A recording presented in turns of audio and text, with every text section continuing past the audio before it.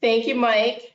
And thanks to all of you for joining us for today's webinar, Breaking Silos to Create Strategic Change in the New Normal.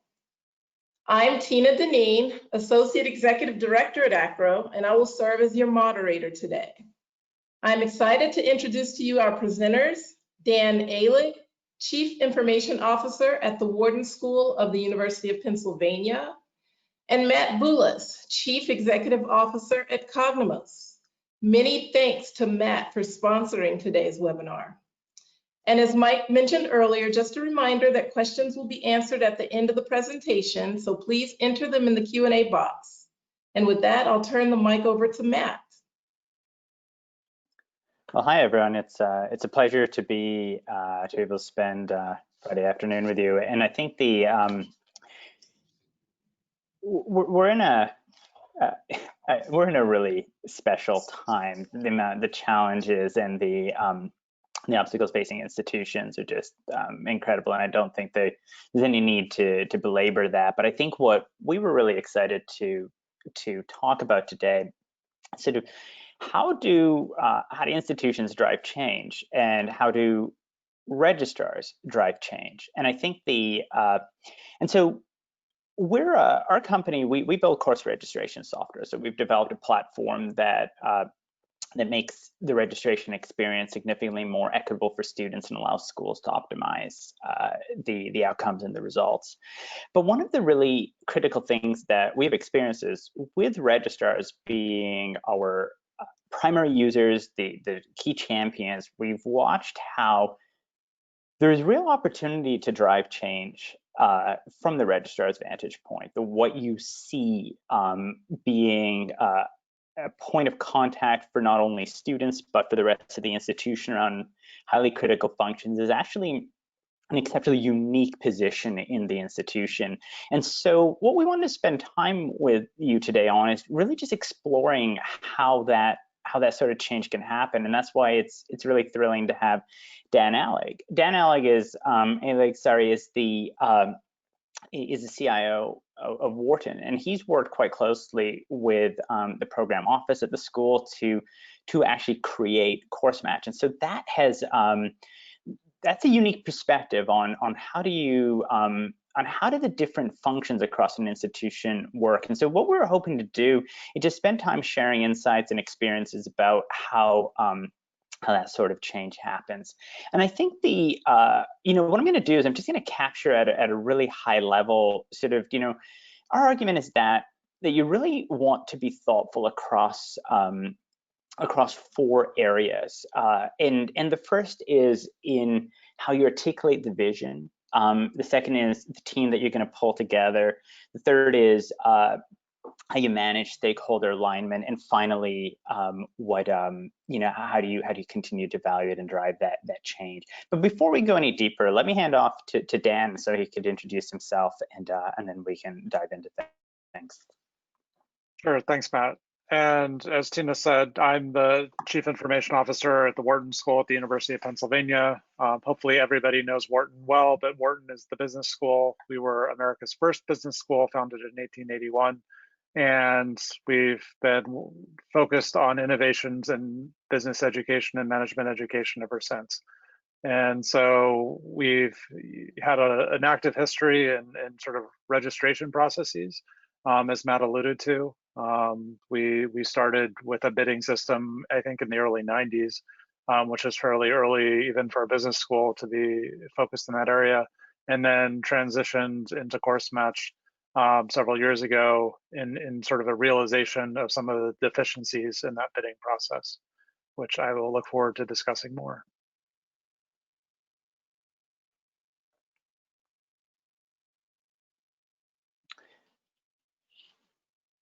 And so I think what I think we'd like to do is kind of take you through sort of just important lessons that we've learned at each stage of the change management process, but then also to actually, I think we're not going to spend a lot of time presenting. I think it would be a lot more interesting to actually chat with you about and get your questions and get your and get your thoughts and insights on how you have affected change at critical junctures. But I mean, I think, but what I'd love to start with is just that first question of how do you articulate a vision for change? And I think, Dan, it would be wonderful to hear you tell the story about how do you, as a school, for the context here, Wharton was had a bidding solution, and I think arguably in the field would be considered the leading, at least one of the more sophisticated bidding solutions. And then you essentially have what seems, at least to me, like an almost crazy idea to say, let's scrap that and replace it with something that's brand new, built on academic research, but has never really existed in the real world. So there's something in the storytelling and the vision. How are you able to bring an institution along for that, especially for something so mission critical? Absolutely. So I think with all of this, and I think as many of the registrars know, when it comes to registration, there were sort of two opposing needs that we were working towards. It was really about the student experience and the student satisfaction, and then efficiency. And even going back to the 1990s when we were doing more manual registration, and students would have to line up in the MBA office and submit their printed out papers for registration. There was the realization that having that process be random, or whoever got in line first, or whichever sort of metric we were using at that year, given that they were sort of flipping around based on student satisfaction, the realization that process was incredibly arduous for students, and that they ultimately weren't getting what they wanted. And there was always consternation about, what if I could have gotten something better, based on some clearer expression of what I really want, what classes I really want to take, rather than having it be based on place in line or last name or your sort of status within the school. And so at that point, we implemented one of the first auction-based systems. And when you have a bunch of economists and financial experts on your faculty, that auction system quickly grew from simple bidding into a complex marketplace, where our students were receiving an allotment of points that they could bid on classes, and they could actually buy and sell courses in an open market. And the theory at the time was that by having an open market system, we were really delivering value to the students around their preferences and allowing them to express it more granularly and clearly than they were prior to that. And our auction system, I think, was probably around for 15 years or so, and sort of evolved consistently around ways that we can make it a better experience for the students. But ultimately, it was a market, and those with financial background or inclination were able to not necessarily manipulate it, but understand it in a way that some of our other more non-traditional students weren't able to. And there was a clear dissatisfaction around the amount of time necessary to really understand the market in a way that guaranteed successful outcomes. And it was seen as inequitable, given that some of the students who spent more time seemed to get the best faculty and the seats in the classes they wanted. And for a number of years, we went back and forth over, how do we fix that? How do we create a market that could exist and give students the right access based on preference? And then how do we allocate that in the fairest way possible? And so it was actually research out of the University of Chicago that our faculty had collaborated on that really helped sort of us find the foundation of what ultimately became Course Match. And it was allocation theory and processing that allowed for everyone to express their preference, and then based on the research, have an algorithm allocate the resource, because this wasn't necessarily intended towards classes specifically, but allocate the scarce resource as fairly as possible based on a collection of preferences. And so our faculty, in collaboration with several scientists, PhDs, and others, developed an algorithm to begin to allocate our courses based on just the expressed preference of our students. So rather than a multi-round, two-sided auction-based process, it was now a single round where students received a number of tokens that they could bid, but those bids were really just a weighting of their preference and how much they wanted that class. And it was much more equitable given that everyone sort of understood that initial process of expressing preference.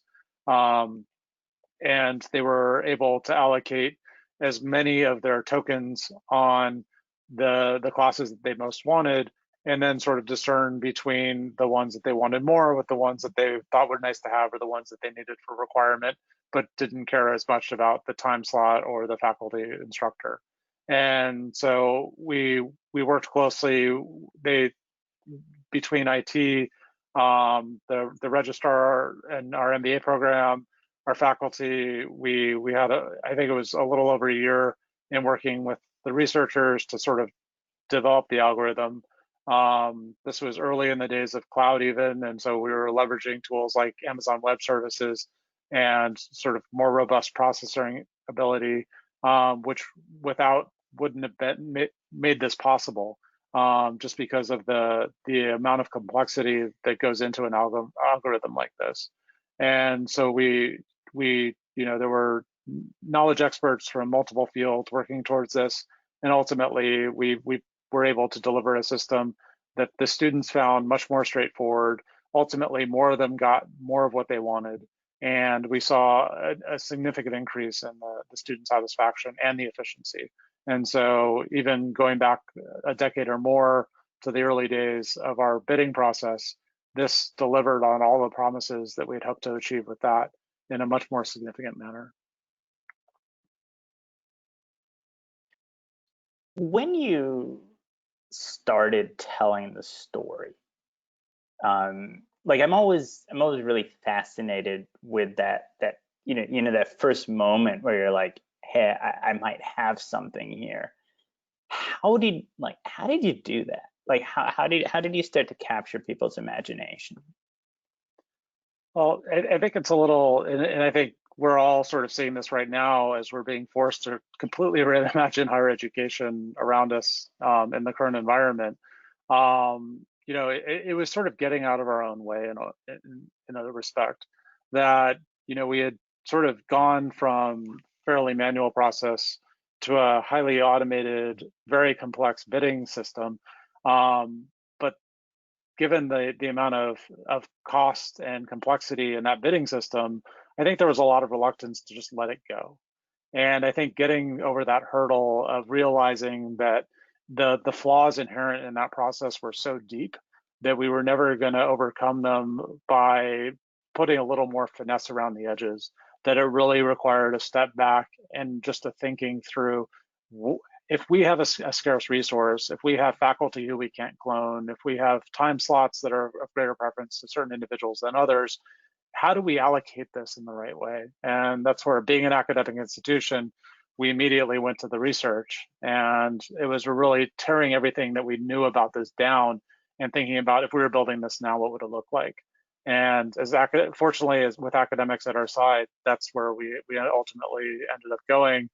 And I think in the benefit of being part of a research institution is we don't shy away from those challenges. And we had a lot of serious thinkers who put a lot of energy into sort of making this what it is and thinking through that process.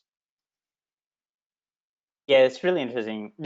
As you say that, I think one of the things about vision that we've watched, right, is that it's often you need to present the end game rather than the incremental steps. I mean, you need incremental steps, but there's something about like just why, it's got to be compelling enough to carry you there. So that's something that we've seen, and I think in your case, like, it was interesting because Wharton was actually creating the system. So the burden on that's actually quite large. But we've even seen in some of even there are more traditional adoptions where it was taking a step back to imagine what the world could actually look like if it was ideal, made it much easier than to start having the conversations about why you might even want to compel that change. Okay, so we've articulated this gorgeous vision. We know where we want to go. Now, how did you think about how do you think about bringing others onto that vision, and particularly around team formation, stakeholder alignment, all of that? How, especially, your school is not small. So what did it mean to get all of those participants into the story? Yeah, no, I mean, this really had to be led from the top down and the bottom up. Even from the student level, we had students who had expressed their frustration with the previous systems who were at our side, helping think through what was possible. We had the dean's office recognizing the level of the issue and the consternation that it was creating among our student and our faculty population to some extent. And it was really a matter of having them lead from both ends and bringing everyone in the middle along with them. We had, the MBA program and the registrar function there, was crucial into sort of acknowledging the need for this and helping work across the organization and coordinate and project manage, and working with my teams in IT to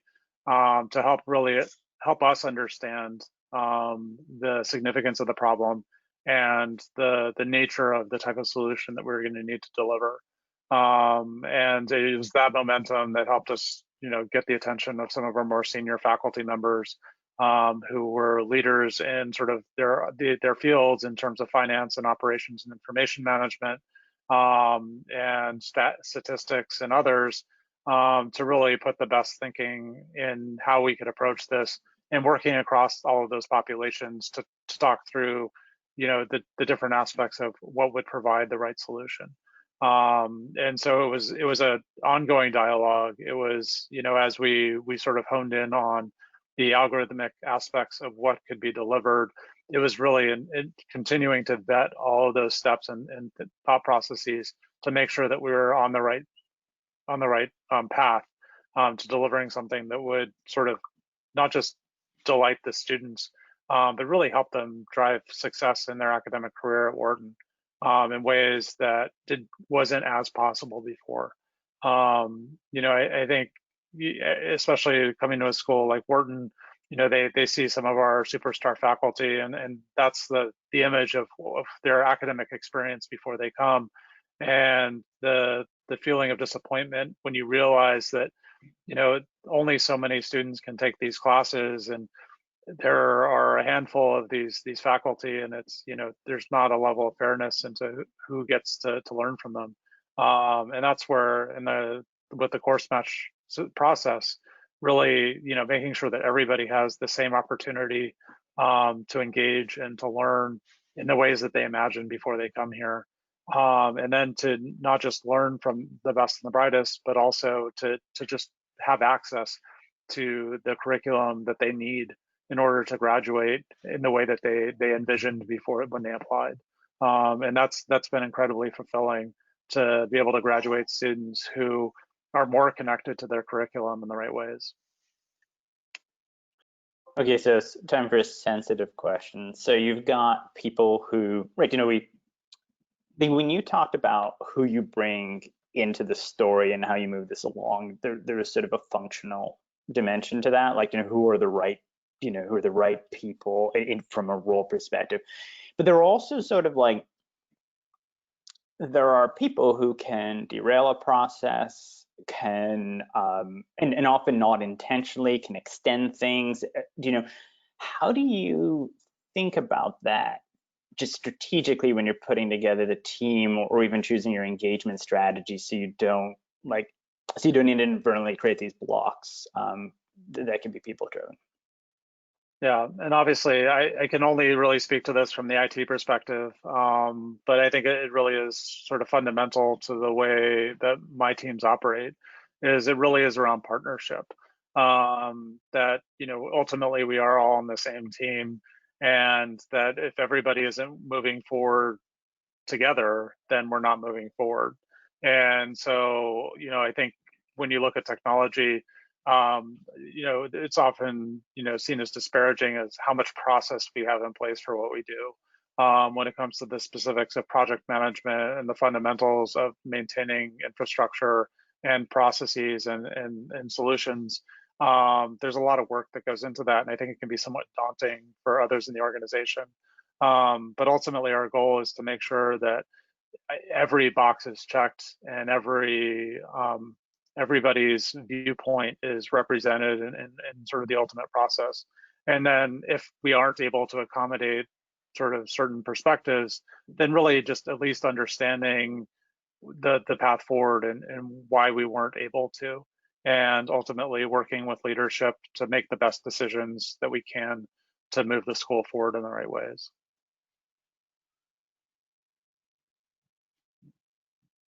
Okay, so vision, team, but then there's then you actually have to do the work. The course match story is probably almost, I can imagine, on the spectrum of I'm just gonna buy something and stick it in the office to building a complete robust solution. On that spectrum, you're all the way to that end, but it would seem to me the process to make that decision is going to be, I mean, am I right on that? That the evaluation process before that would be something similar. Are there practices that you found? And when you think about so not only, I guess what I want to ask is not only just what's a process to find a good solution, but specifically from a cross-functional, crossing the silos, how does an entire institution work together to find a solution that then has that broader alignment? Yeah, that's always difficult because I think, first and foremost, we always look to the market to really help find solutions that will achieve the goals that we're looking to achieve. To build something as robust as Course Match was an enormous undertaking. I only wish the Cognimos had existed prior to us needing it. But I think it's when we go to the market with these types of solutions, we're always looking for, we have the needs that we have and how do we best marry them with what's available. And when you looked at the registration market, they're all the traditional student registration systems or student information systems that have their own sort of nuanced ways of doing things with some customization. None of them really met the need that we were looking to fulfill.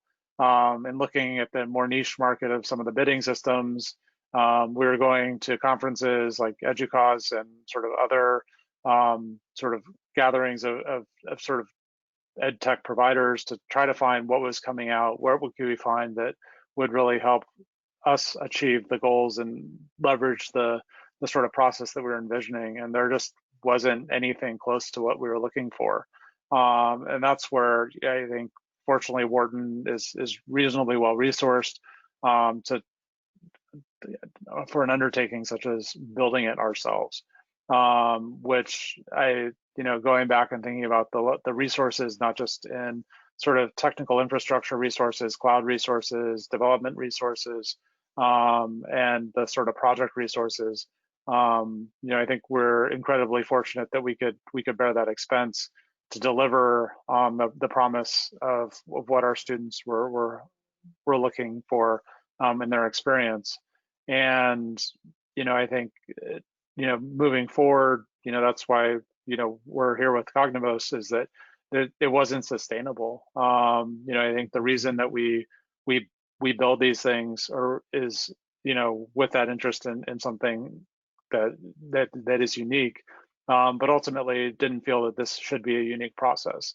That this is something that really is necessary for any student registering for courses in a way that helps them be successful. And so I think we're thrilled that Cognimos has taken on this charge and helping lead this type of registration process forward into the future in a way that can help us and others be more successful. Well, We appreciate that. I also, you know, it's interesting the way you described the substance of sort of the evaluation of the solutions. You know, you didn't find the solution there, you needed to build it.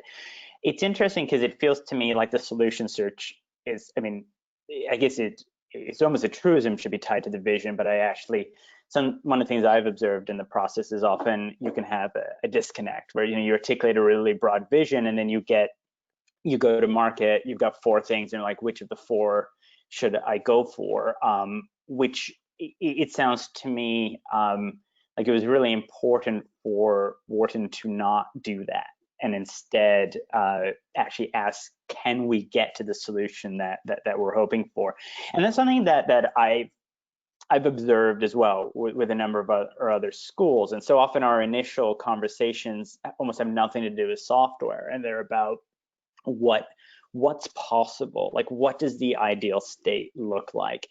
And I think that's one of the things that I think I would argue is that I think the registrar's office is just so uniquely placed on that question because they're right there.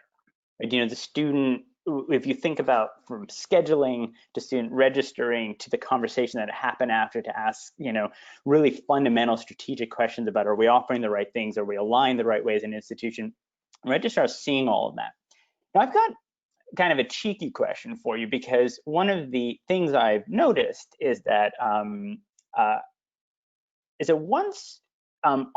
it's good not to have to depend on IT once you have a solution, right? Like it's almost like you want to be best friends for a day, but sort of kind of an ideal state is that the registrar's function is not going to be dependent on particularly IT personnel to be able to do their functions. And so when you're looking at solutions, how do you build that into it? Like how do you coach along sort of the absence of dependency? Because, you know, we've seen all sorts of arrangements, you know, where registrar and IT almost function as like the same team, and others where they don't, and it's not necessarily antagonistic, they're just very distinct functions. And where do you how do you think about those other components? Because like we were talking about, you know, what's the right solution, but there's also a right solution that works the way you want it to. And so how do you start coaching that part or encouraging that or even surfacing those questions? Yeah, I mean, even back to the previous conversation too, it all has to start from the why. You know, I think technology for the sake of technology is not going to be successful, you know, just because something is the latest and greatest and flashiest and everyone else or others are doing it doesn't mean that it's what we need, I think.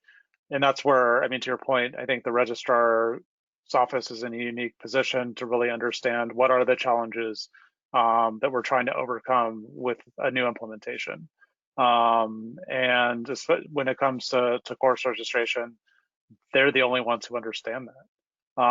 You know, I think technologists and IT don't really understand what are the pain points that students are facing, what are the pain points that administrators and faculty are facing in this process.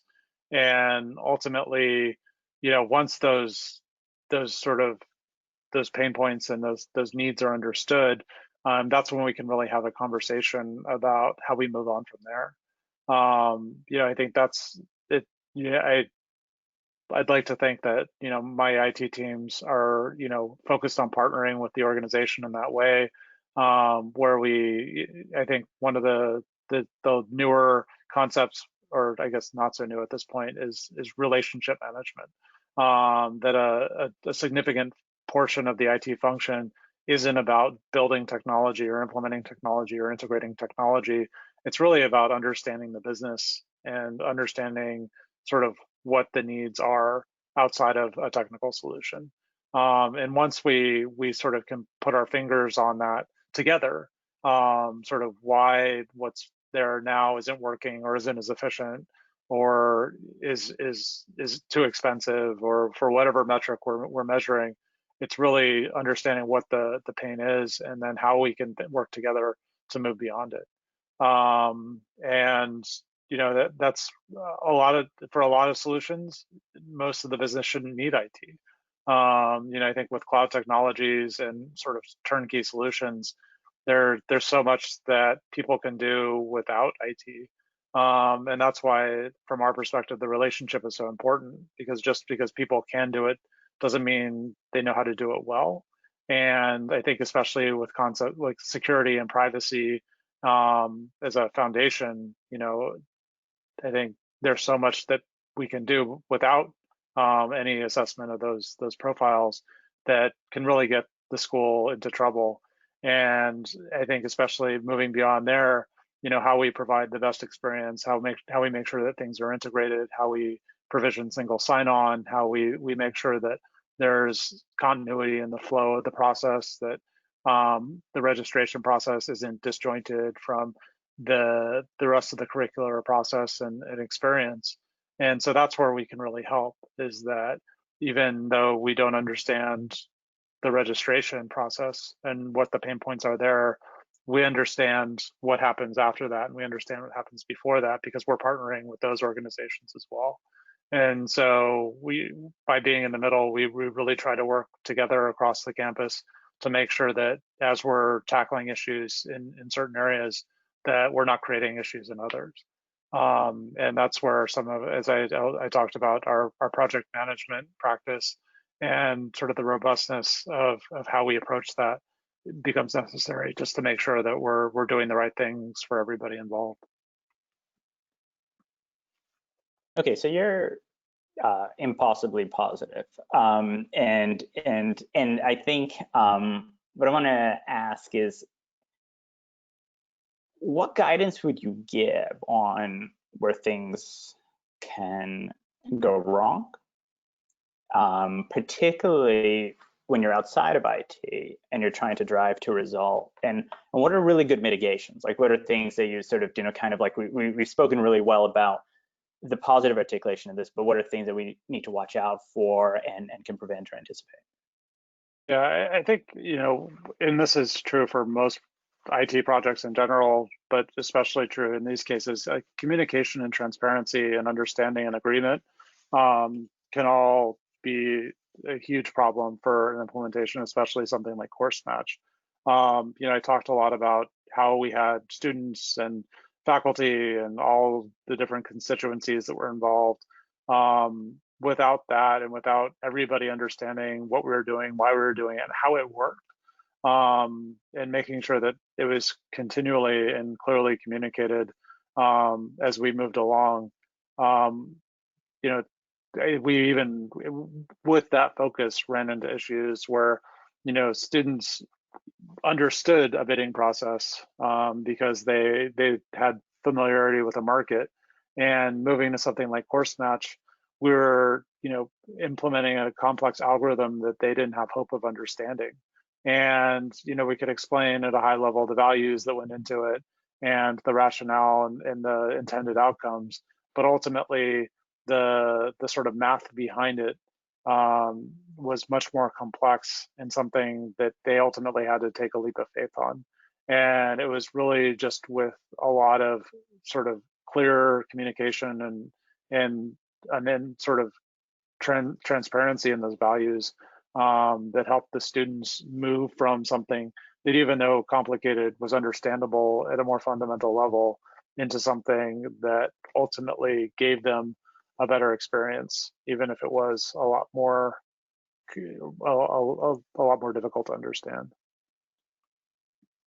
That makes a ton of sense, and it's something that we're something I've seen with other deployments as well, is just being just sort of like on a tactical basis, being really upfront with stakeholders about what the implications are going to be, but also sort of implications both from a substantive, like this is the world has changed, but also just like you also are going to log into a new system, or you're going to get it in a new data format or things like that. And I just find that it's not always fun work, but kind of a little bit of the preventative stuff up front can go a really long way. And the other thing that we have found, and this is interesting because now I'm going to project the vendor perspective into this, which is also just trying to be anticipatory of things. So, something always, there's always an issue, like something like, is the data set formatted correctly, something like that. And just being able to learn from the experience, the pattern recognition on that goes just a tremendously long way.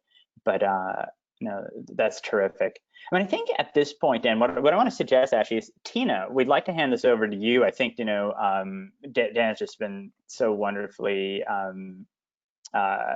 just descriptive in helping us understand their picture, but let's get the crowd involved, and let's move to questions. What do you say? So I say this has been excellent, and I don't know if you guys know this, but I'm a former registrar myself. So I've been a registrar for over 20 years. So I'm sitting here geeking out with all this information. It's really good. So I'm listening to it as a presenter, and as a participant and not as a moderator. So forgive me for that. You took me back to when I was a student, my very first semester as a student. We actually had to stand in line to get class cards. You stand in line to try to get into English 101, your section that you wanted, and you stand in line forever. You get to the front and there are no more class cards. So then you got to go stand in the back of another line. So I love this from the standpoint of the student experience. And I know we've come a long way since then, but that was my very first experience. I love the idea also of getting everybody on board, kind of eliminating silos across the institution. So I did have one question. Do you use this institution wide or only in the Wharton School? So right now it's only in the Wharton School for our MBA program. I think there's a lot of history there. Penn's going through an SIS transition, and so we've tabled the further integration at the university until that's complete. Mm-hmm. Yeah, because I think this is very scalable. I love this idea. And I had another question. So as a registrar, registrar, and I don't know who all is on, the positions of the people on the call right now, but many registrars are likely on this call, and they have to think and plan not only strategically, but also operationally. So can you explain, and I hope that you can you explain a little more specifically what the registration process is? So what's the course match process? Because we think about course sufficiency and, courses being closed. You talked about finding the instructor that you want. And so what are the steps? Like, how does this actually happen? So I think I'm going to let Matt take that one, just because he explains this probably every day to somebody. So he has a better explanation of the mechanics than I do. Right. Yes.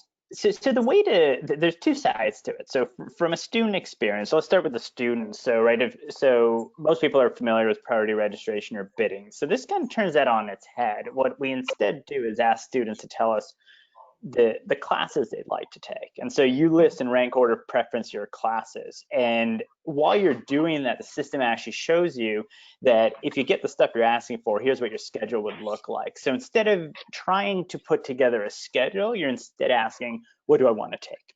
And you've got, and then on the back end, and this is where all the research that Dan was referring to, an algorithm takes those rankings, and what it does is it actually simulates a market on the back end, figures out what's in high demand, and then it distributes schedules to everybody so that every student gets as much of what they've asked for in a way that's fair to their peers.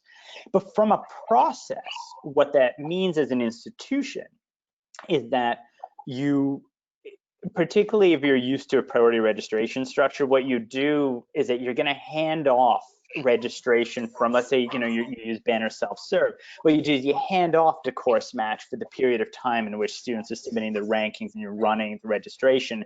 Then the results of course match actually get loaded right back into Banner. So you actually take these complete schedules and put them in a Banner as a registration.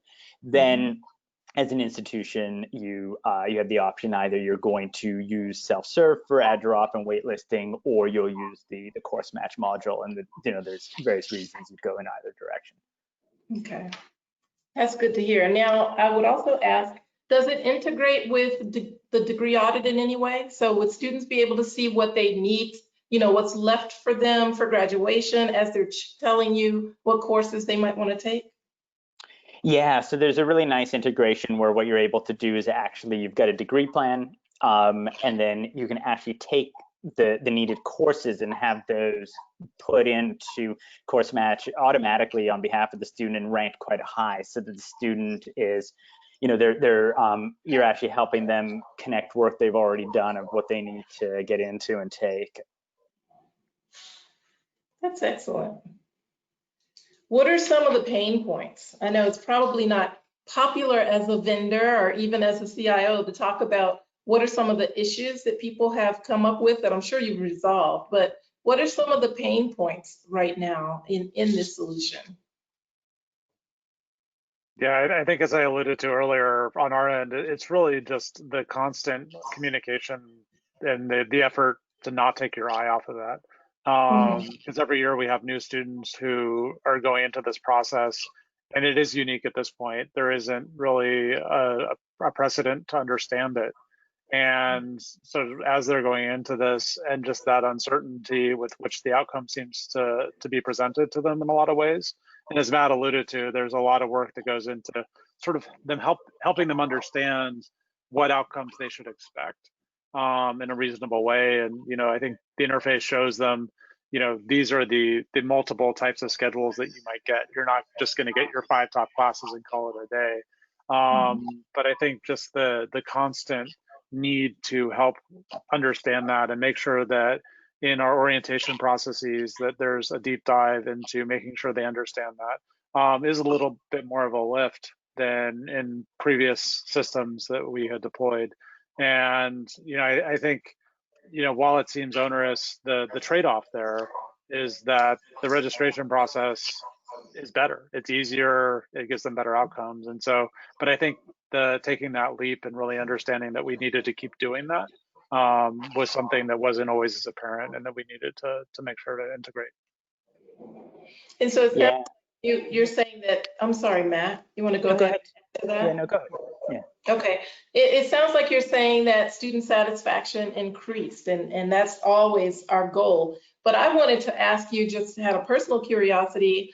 I know you evolved from priority registration into kind of the course match process, and you may not know the answer to this, Dan, but do you still have any groups that are allowed to register before others?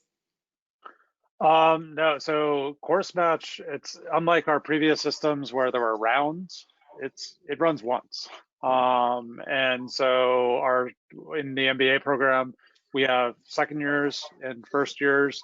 There are mechanics in the system to give the second year students a little more preference over the first years, given that they have one more year to graduate, and they honestly do need to have preference over some of the courses. But other than that, it all runs at once. Everybody gets the same sort of benefit of having their preferences respected by the system. And there's less inequity other than those that we purposefully implement. It's all amazing to me. Matt, did you have anything else you wanted to add? Because what I would say is, how do people contact you to learn more about this? Because this sounds like a solution everybody should want.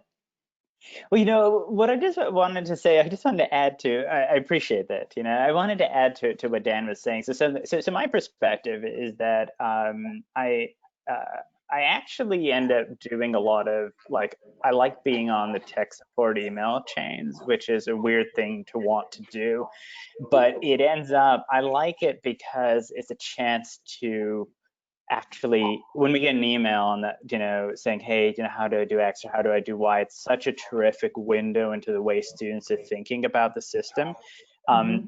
One is you also remember immediately why we're in higher ed, and it's often just interacting with students are just so lovely. But it's also one of the things that we've observed is that a conceptual shift is not actually always a bad thing. In fact, it can be quite fun, quite liberating. You get to cast off that old way, and then even if there is work in marking that transition. So something that we do is that for every question, like every support question, every sort of inquiry, we actually tag them and organize them. Because if something starts to come up, like, some of it just technical, like, I want to make sure that we don't have a bug or something like that, making something act funny. But the more important thing that we're seeing is that, is there a question that comes up that, students don't understand something? And what's neat is that over the, just doing this as long as we have, we're actually able to anticipate these things. So Dan's point about the orientation, like at this point, we've got a really good playbook on this, and it's quite, and that's fun, because then that means that you're not, you don't have to relearn it every time you deploy. Instead, we get to, start from a better position each time, and that's been really exciting. It's amazing. Again, I'm fascinated, and I wish I'd had this solution. Or I use Banner as our student information system at most of the institutions at which I work, but I did not have the value of course match, and I wish we had, because we struggled with those issues, and I'm pretty sure that a lot of schools still struggle with those issues. So I hope that they're here, and I hope that they're listening to you and taking the experiences from Dan and his team, and so they can apply them to their own campuses. So I really appreciate both of you for being here today. Oh, thank you. And I think if there's one thing that they take from this too, it's if they don't understand what Cognos and what Meta are doing, then they should learn more, because I think it's an amazing system. But I think also and Matt's been a tremendous partner to us, and I know with others, is really, even once the registrar, who is probably the most important person in this process, understands what this can do and why this is a good thing, as you just explained. Helping everyone else understand that too, including IT. Like, here's another person asking me to do something, and they found this crazy little thing. What is this supposed to be? So it really is just helping everyone understand why this is helping solve a problem, and a very real problem, in a way that is going to be more elegant technically and more sustainable than a lot of the other options out there. And so I think Matt has a lot of experience in having those conversations. He's even had some of them at Wharton at this point, just because, I think really helping everyone understand why these tools add the value they do isn't as straightforward as many of the other technologies that we work with. And now it's the time. You guys talk about the new normal. People on campuses are listening. You've got your presidents listening. Your provosts are listening right now. So now's the time to bring these kinds of business continuity solutions to them while we have their attention. So the time is great. Absolutely. Well, and even I think when we're, looking at what's going to happen in the fall, which I'm sure is still a question mark for many of us, and will change 5 times between now and September. But if we're looking at something like Course Match and the flexibility that it gives us to be able to, as we look at either remote or in person or sort of everywhere in between, how we balance the needs that our students are going to have. I think with this week's ICE announcement and the needs that our international students are going to have over those who aren't dealing with visa issues, I think we need to make sure now more than ever that our students are getting the courses and the curriculum that they need, and being able to allocate that in a way that makes sense and helps them all be successful or stay in this country at this point is really important. And I think that's where we're extremely excited that Course Match is going to give us the ability to do that in an easier way than I think we would have been struggling with otherwise. Agreed. Matt, any final thoughts? I mean, just thanks, Dan, and thanks, Tina. I really appreciate this. And I think it's, really our hope here was to be able to share lessons learned, and of course, glad to share Course Match, and always open to conversations, and also open to conversations that are preliminary. So like if it's just, what is this thing, or even just to start exploring it, just let me know, and I'd be glad to have that chat. Well, thanks, Dan Alig and Matt Boulis, for joining us today. And thanks to all of you for listening. And please feel free to join AACRAO for our future webinars. We have one next week, I believe. One on July 15th, one on July 22nd, and another one coming up August 4th. And some of those We might have some in between those. So join us at acro.org to find out more information. Thanks, everyone. Thank you. Thanks, Tina.